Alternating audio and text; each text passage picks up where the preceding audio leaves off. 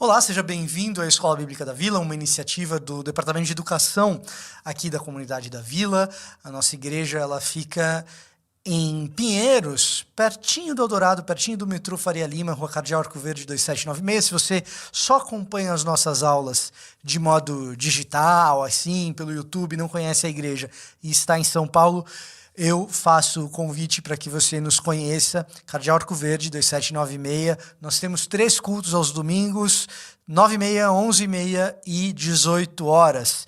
Meu nome é Vitor Fontana, eu sou responsável pelo Departamento de Educação aqui da Comunidade da Vila e é um prazer ter você aqui com a gente. Para você que é membro da Comunidade da Vila, eu sei, você já sabe de tudo isso que eu falei, mas poxa vida, fica um incentivo para você, quem sabe, convidar uma nova pessoa ou compartilhar esse vídeo com alguém.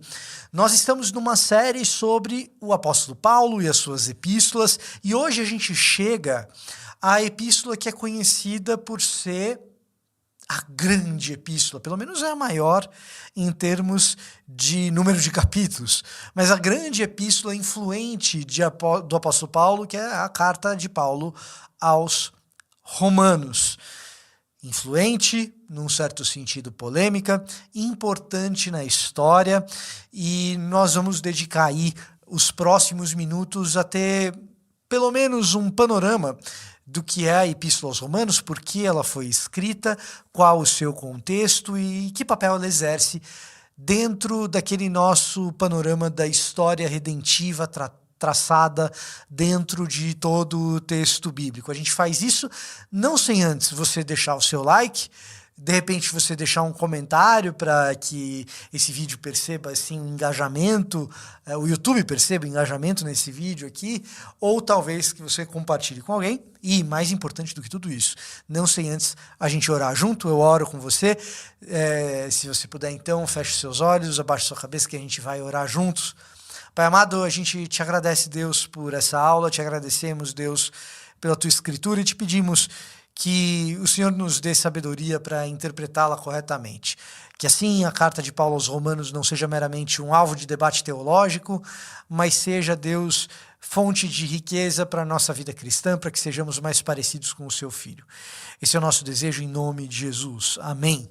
Bom, Romanos tem um papel central na reforma protestante, em especial na soteriologia protestante, no jeito dos protestantes, em especial no jeito de Lutero, de enxergar como funciona a salvação em Cristo Jesus e como isso se diferenciava das doutrinas mais comuns na Europa medieval.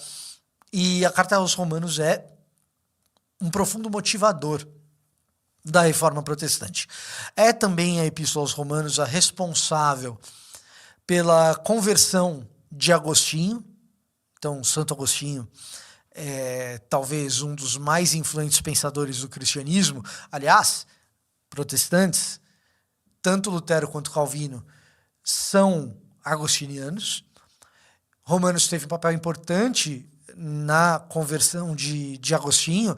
É óbvio que pessoas tiveram um grande papel, como Santa Mônica, a mãe de Agostinho, e também Ambrósio de Milão, grande professor de Agostinho, todos eles tiveram uma influência importante, mas, sem dúvida, Carta aos Romanos é responsável pela sua conversão. Carta aos Romanos é também um marco de separação do protestantismo em relação às forças nacionalistas alemãs no século XX. Vocês sabem do que eu estou falando, né? Obviamente. Estou falando do período de Primeira e de Segunda Guerra. Ali na Alemanha, o protestantismo estava em grande medida envolvido com isso. E é Carta aos Romanos que faz com que o então jovem pastor Karl Barth inicie um processo de separação do liberalismo teológico e separação do nacionalismo alemão das duas grandes guerras.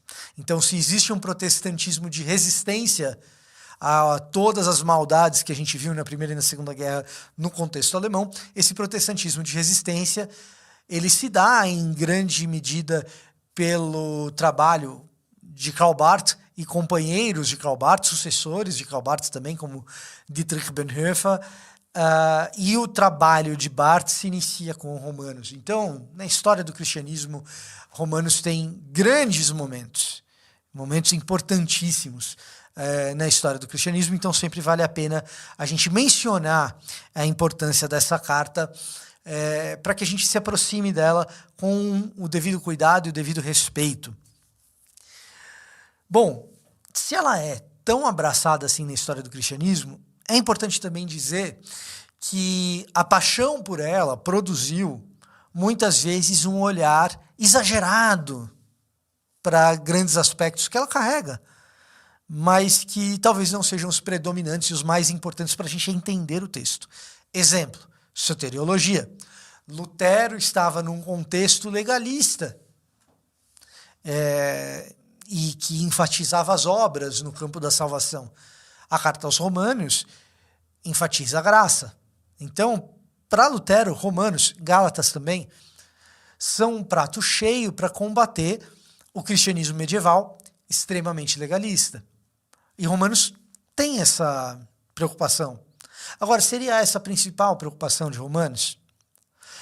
Companheiro de Lutero, Philip Melanchthon, chama Romanos, por ser uma carta bastante extensa, bem grande, densa teologicamente, chama Romanos de uma espécie de teologia sistemática, a grande teologia do apóstolo Paulo.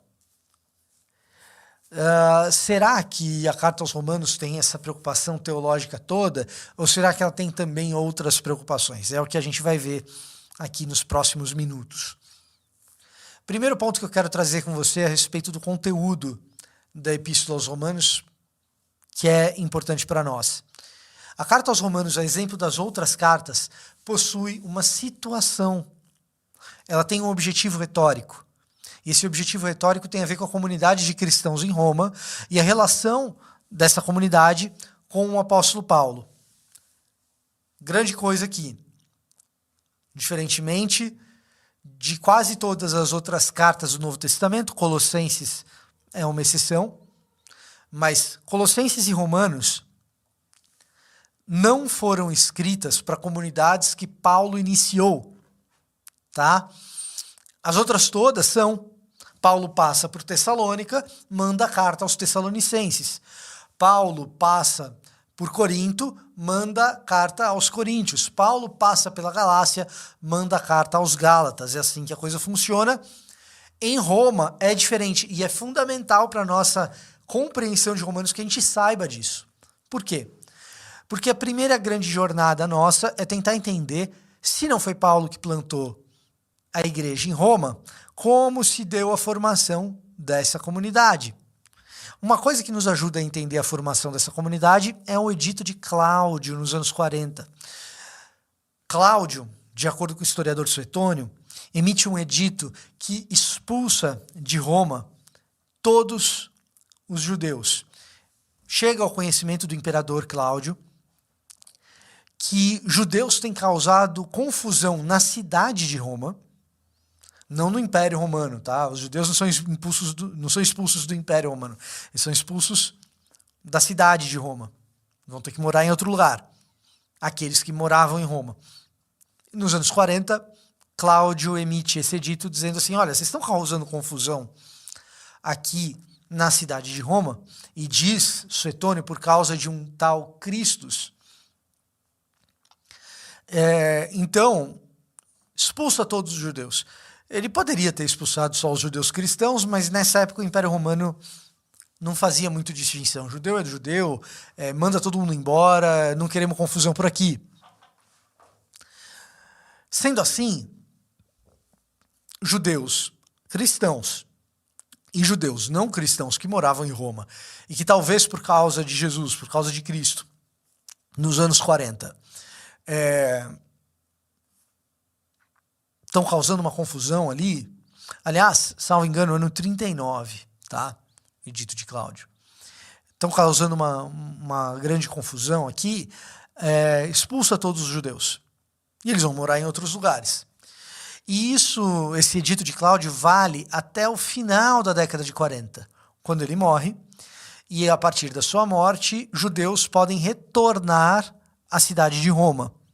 Por que é importante isso? Porque o que acontece é que você tem, durante os anos 40, pessoas imigrando para Roma, cristãos imigrando para Roma, exclusivamente de origem gentílica, ou seja, gentios, cristãos, gentios indo para Roma, e formando uma igreja cristã de gentios em Roma. Provavelmente a igreja que surge em Roma surge dessa forma, por imigração. Roma era o centro do mundo, muita gente ia morar lá. Da mesma maneira como tem muita gente que vem morar em São Paulo porque vem estudar aqui, porque a oportunidade de trabalho está aqui, porque é uma grande metrópole e muitas vezes a vida se torna inevitável na grande metrópole, você tem que ir para lá porque tem que ir para lá, não tem muito jeito. Roma tinha esse papel no mundo antigo, em especial durante o Império Romano. Então muita gente ia morar lá. Cristãos que se converteram na Galácia, cristãos que se converteram em Corinto, cristãos que se converteram em Atenas, gentios, vão morar em Roma, e muito provavelmente é assim que a igreja em Roma se forma. Diferentemente do que aconteceu nas viagens missionárias de Paulo, em que as igrejas são formadas pela ação missionária do próprio apóstolo. Então você tem uma série de gentios, cristãos, morando ali em Roma. Até que Cláudio morre. E então você vai ter uma segunda onda de imigração para Roma de judeus que vão morar ali. E alguns desses judeus, cristãos. Não todos, obviamente, mas alguns desses judeus cristãos. A gente percebe isso quando a gente lê Romanos 16. Romanos 16 tem uma série de saudações do apóstolo Paulo a líderes da igreja em Roma. E nessas saudações de Paulo aos líderes da igreja em Roma, a gente percebe pelos nomes que são ali citados que a maioria daqueles líderes eram líderes gentios. Provavelmente que migraram para Roma durante essa década em que os judeus não poderiam estar lá. E uma pequena quantidade de líderes tem nomes de judeus, inclusive parentes de Paulo, que ele menciona ali no capítulo 16. Então nós temos essa formação gentílica e judaica em Roma.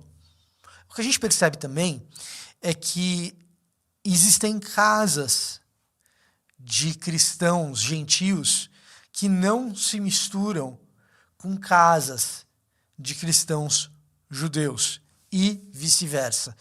E uma certa tensão na relação entre esses grupos do ponto de vista teológico, a respeito do que é lícito e daquilo que não é lícito.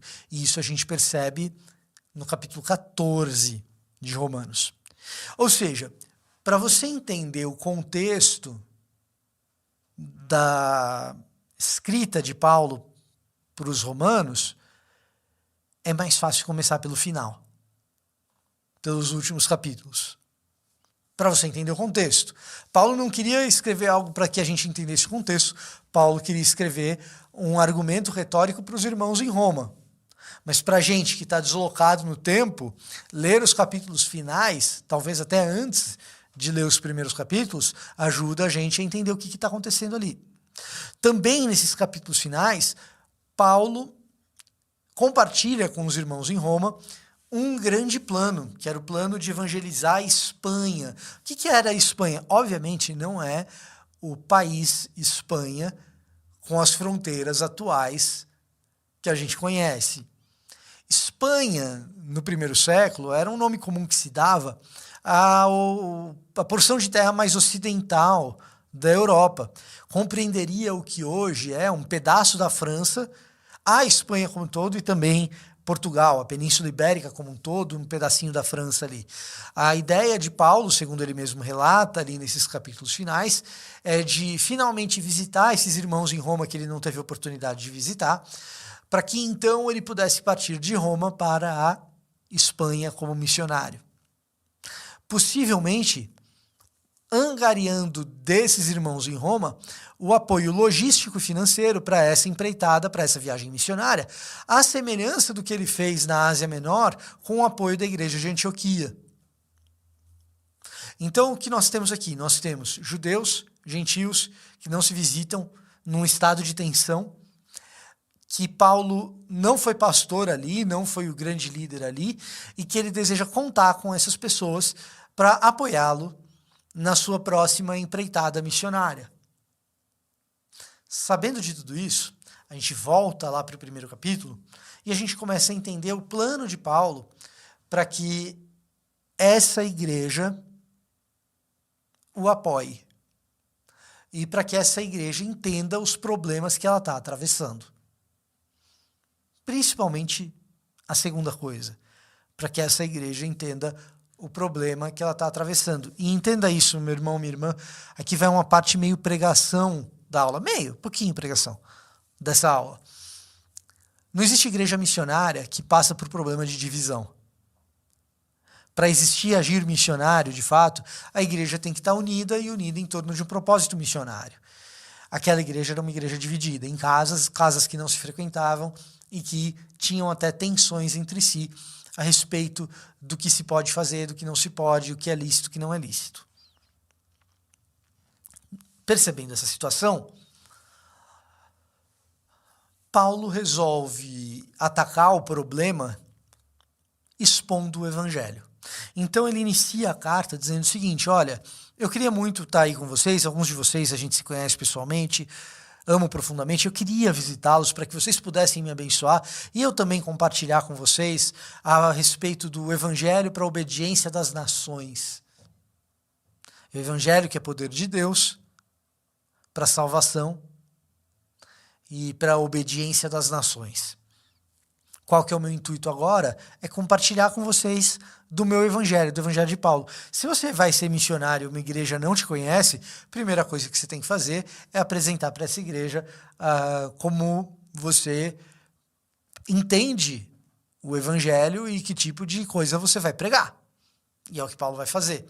E Paulo espera, por meio da pregação do evangelho, durante essa exposição que ele fará em Romanos, Paulo espera que, entendendo o evangelho, essa igreja possa se tornar uma igreja mais unida. E para isso, ele vai denunciar pecado que existe tanto em gentios quanto em judeus. Carência de graça e de salvação que existe tanto em gentios quanto em judeus. Ora, se está todo mundo dependente da graça, se todo mundo pecou, estamos todo mundo no mesmo barco, então não tem motivo para que a gente esteja dividido. Essa é a centralidade da argumentação paulina em Romanos, de modo que ele vai expor pecado gentílico, pecado judaico, graça para ambos os grupos, resultado de uma vida na graça, do ponto de vista de uma nova vida, capítulos 4, 5 e 6, como isso funciona no âmbito da santidade, e criei um problema, porque se eu estou dizendo que estamos todos no mesmo barco, o que eu faço com os judeus que foram escolhidos primeiro, e com todo o Antigo Testamento? Então você tem os capítulos 9, 10 e 11, que vão dizer, olha, o povo judeu é importante, eles são privilegiados precisamente por isso. Então qual que é a vantagem da gente ter sido escolhido primeiro? Paulo responde em capítulos 9, 10 e 11, ter sido escolhido primeiro. Basicamente é isso que Paulo está fazendo. Depois nós temos dos capítulos 12 até o capítulo 16, do capítulo 12 até o capítulo 16, nós vamos ter a implicação para a vida comunitária dessa teologia, desse evangelho. Então Paulo vai explicar a unidade da igreja como um corpo, como ele já tinha feito ali em Corinto, vai explicar que os dons são todos importantes, não tem um mais importante do que o outro, vai explicar que essa comunidade ela deve sim se precaver ante ao império. Vocês estão em Roma, o império é problemático, mas que ela não deve causar confusão, porque afinal de contas foi uma confusão, possivelmente por causa de Cristo, que levou os judeus a serem expulsos de Roma. A gente não quer isso, então vai explicar aqui, em decorrência desse evangelho, existe um respeito às autoridades, nós somos sim anti-imperiais, o nosso evangelho é para a obediência das nações, ou seja, existe um verdadeiro rei, que as nações vão se submeter a ele, mas nós não somos revolucionários no sentido de destronar o imperador, não é esse o projeto. Romanos 13, né? E, sobretudo, nós temos uma preocupação de uma vida comunitária harmoniosa, oriunda desse evangelho bem vivido, bem pregado, bem compartilhado, em que judeus e gentios podem e devem se sentar à mesma mesa, muitas vezes ignorando interpretações teológicas divergentes a respeito de causas menores. A causa maior é a interpretação do Evangelho, e isso Paulo explica do capítulo 1 até o capítulo 8. Agora, se tem um dia que é mais santo que o outro, qual a verdadeira alimentação, essas questões são adiáfora, ou seja, menos importantes. É o que a gente tem ali no capítulo 14. Por fim, no capítulo 15, a gente vê Paulo compartilhando desse desejo missionário, e no capítulo 16, as saudações que Paulo faz a uma igreja que ele tem convicção de que será uma igreja unida, saudável, e que ele deseja profundamente visitar, muito embora a gente saiba que provavelmente ele nunca tenha conseguido fazer essa visita, porque antes que ele pudesse visitar a igreja em Roma e pregar na Península Ibérica, ele acaba sendo preso e morto. Então, essa é a Epístola aos Romanos, ela tem uma profunda preocupação teológica na exposição do Evangelho para a unidade comunitária, de modo que essa unidade comunitária gere um agir missionário. E esse é o grande papel da Epístola aos Romanos na história da redenção. Que sejamos também como Paulo desejava que seria a igreja em Roma, uma igreja que entende o Evangelho, por isso é unida, e é unida em torno de uma missão, e, portanto, uma igreja missionária. Eu vou ficando por aqui, gente. Até a próxima aula.